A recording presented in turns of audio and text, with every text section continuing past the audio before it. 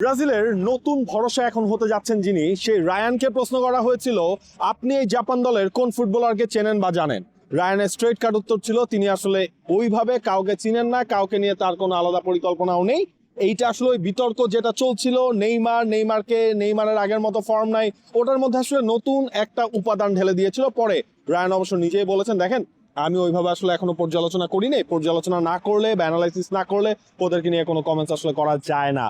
মাঠের বাইরে ব্রাজিল জাপানের ম্যাচের আগে অনেক ধরনের কথাবার্তা চলছে, তবে জাপানের জন্য সবচেয়ে বড় যে ধাক্কা, জাপানের ধারণা ছিল কুবোকে তারা এই ম্যাচটায় ফিরে পাবে, যেই কুবোকে তারা হারিয়েছিল নেদারল্যান্ডসের বিপক্ষে ম্যাচে। তবে এই ম্যাচেও নো চান্স কুবোর মাঠে ফেরার।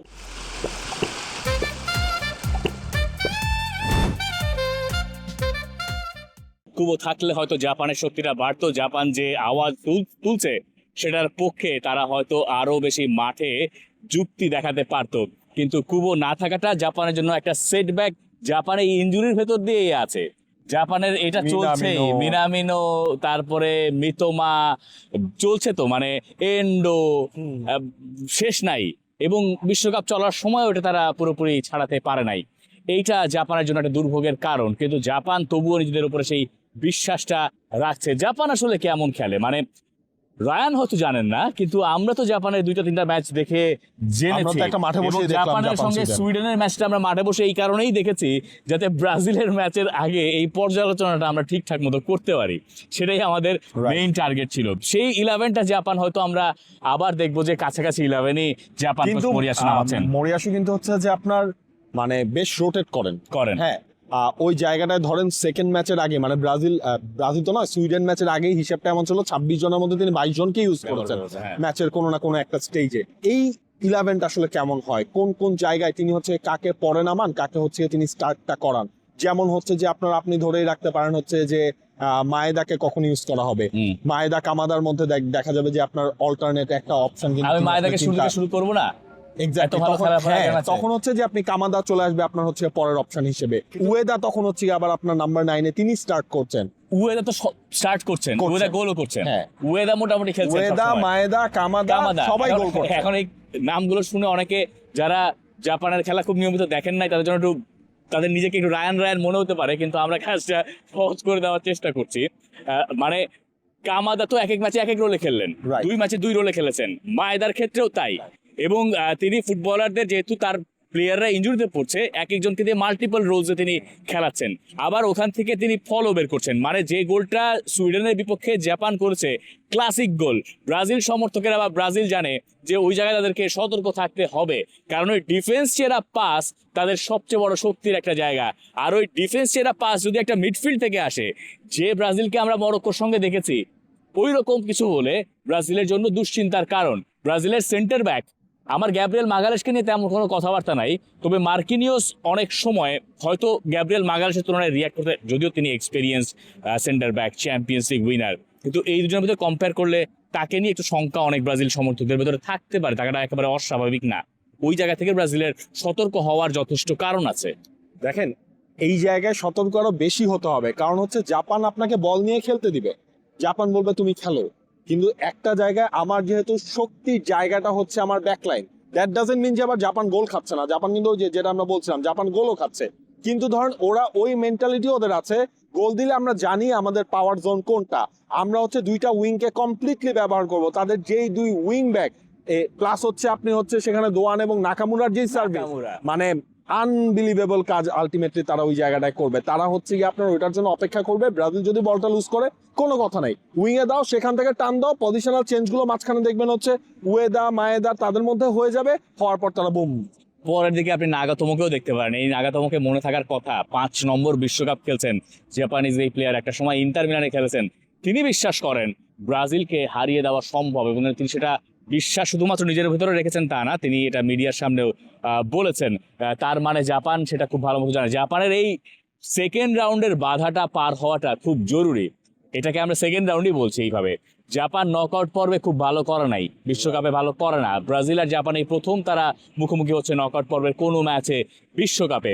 জাপানের হয়তো ওই শক্তিটা আছে, সেই কারণে তারা বিশ্বাস করে, বিশ্বাস থেকে তারা হয়তো আওয়াজটাও তুলছে।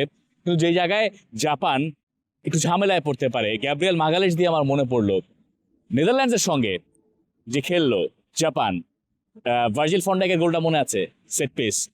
জাপান কোন জায়গার দল? এশিয়ার দল। আমরা যদি অন্য কোনো দলের সঙ্গে খেলি এই ধরনের, কোন জায়গায় একটু মার খাওয়ার সুযোগ থাকে? হাইটে। এবং সেখানে বুঝতেই পারছেন যে এই সেট পিস ডিফেন্ডিং জাপানের জন্য একটা বরাবরের মতো দুশ্চিন্তার কারণ, ওটা তারা অন্যভাবে ওভারকাম করতে চায়। আর ওই হাইটটার, গ্যাব্রিয়েল মাগালেসের হাইটের পাশাপাশি আসলে আর্সেনালের ওই ইনস্টিংটা কাজ করে, ওইটা একটা ব্যাপার।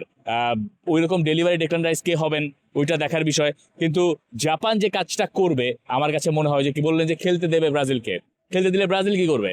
ব্রাজিল কি ক্রিয়েটিভ হতে পারবে কিনা?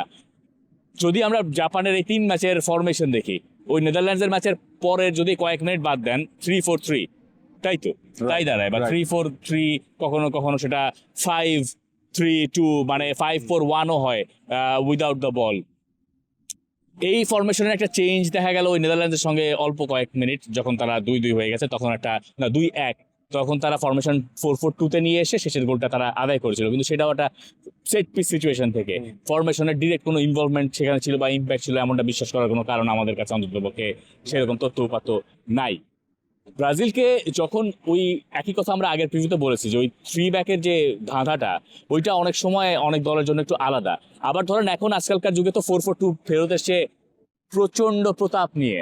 কার্লো আনচেলত্তির সবচেয়ে পছন্দের ফরমেশন বা তার কোচিং ক্যারিয়ারের শুরুর দিকে যা ছিল 4-4-2, ব্রাজিলও দেখছি 4-4-2-তে অনেক সময় নেগোশিয়েট করার চেষ্টা করছেন, কিন্তু করছে।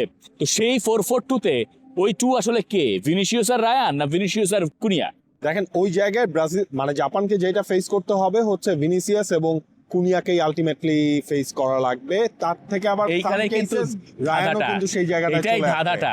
ওইটাই আনচেলত্তিও বলেছেন। মাতিয়াস কুনিয়ার যে মুভমেন্ট, তাতে ওই 4-4-2 এর কোন দুজন যে 2, এইটা ওই 3 ব্যাকের বুঝতে আমার কাছে মনে হয় একটা ঝামেলায় পড়তে হবে।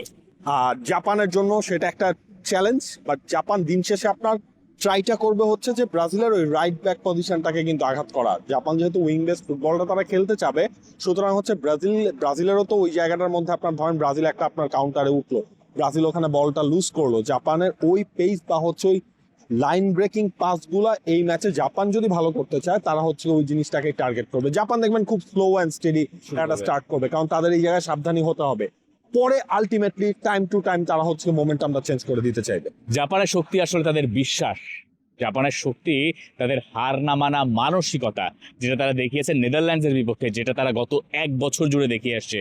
জুন মাসে তাদের বিশ্বকাপ শুরু হয়েছে, তার আগে সেপ্টেম্বরের 9 তারিখের পরে তারা আর কোনো ম্যাচ হারে নাই, মানে 10 ম্যাচ তারা ব্রাজিলকে হারিয়েছে। এবং যে একটা স্ট্রিক নিয়ে তারা এসছে এইবারে বিশ্বকাপ খেলতে, এটা জাপানকে অনেকের মতে ডার্ক হর্সে পরিণত করেছে। অনেকগুলো ফুটবলারের নাম তো আপনি বলেছেন, এই ওই সেই ফুটবলারের ফাঁকে আমরা যাকে ভুলে যাই তিনি হচ্ছেন গোলকিপার সুজুকি হচ্ছেন সেই গোলকিপার যাকে নিয়ে কার্লো আনচেলত্তি ম্যাচের আগের দিন কথা বলেছেন। এটার একটা কারণও অবশ্য আছে, কারণ কার্লো আনচেলত্তির যে শহর পারমা, যেখানে তিনি কোচিং শুরু করেছিলেন, যেখানে তিনি একটা সময় খেলেছিলেন, সেই পারমার গোলকিপার হচ্ছেন সুজুকি, অর্থাৎ ইতালিয়ান লিগে খেলেন সেই সুজুকি। কার্লো আনচেলত্তি বলেছেন একটা দলকে, একটা প্লেয়ারকে যদি আমি ব্রাজিল দলে নেই, সেই প্লেয়ারটার নাম হচ্ছে সুজুকি। ব্রাজিল ধরেন সবাইকে টপকে গেল, সুজুকির কয়েকটা ব্রিলিয়ান্ট সেভ তো আমরা এই সুইডেন ম্যাচেও দেখেছি। হ্যাঁ, সেটা আগেও দেখেছেন আপনি। নেদারল্যান্ডস ম্যাচেও চিন্তা করে থাকেন, নেদারল্যান্ডস ম্যাচে জাপান যে শেষ পর্যন্ত পয়েন্ট পেলো, ওইটার পেছনের ক্রেডিটটা হচ্ছে সুজুকি সেখানে রয়েছে। তো ওই জায়গায় তাদের মানে সবচেয়ে বড় একটা সাপোর্ট বা দেয়াল হচ্ছে গিয়ে সেই সুজুকি, তিনি প্লে করবেন। এবং হচ্ছে ধরেন সেট পিসে ডিফেন্ডাররা বিট হলেন, কিন্তু সুজুকিকে কিন্তু আপনার এরিয়ালে বিট করাটা টাফ। ওইটা হচ্ছে জাপানের একটা প্লাস পয়েন্ট, মানে এক জায়গায় তাদের খামতি রয়েছে, সেটা আবার পুষিয়ে দেওয়ার তাদের হচ্ছে ওই মনোবলটাও আসলে রয়েছে। সেই মনোবলটার নামই সুজুকি। সুজুকির জন্ম কি জানেন? না, ইউএসএ তে, সেই ইউএস এর মাটিতেই আসলে তিনি এসেছেন। এবং আমাদের পেছনে ইউএস এর বড় হয়েছেন আবার জাপানে, ছোটবেলায় জাপানে চলে গেছেন, সেখানেই তার ফুটবলের সবকিছু, ওখান থেকে তিনি বড় হয়েছে। যাই হোক, জাপানের শক্তি, জাপানের দুর্বলতা, এই হচ্ছে তাদের শক্তি আর এই হচ্ছে তাদের দুর্বলতা। জাপানি প্রোডাক্ট সবসময় ভালো।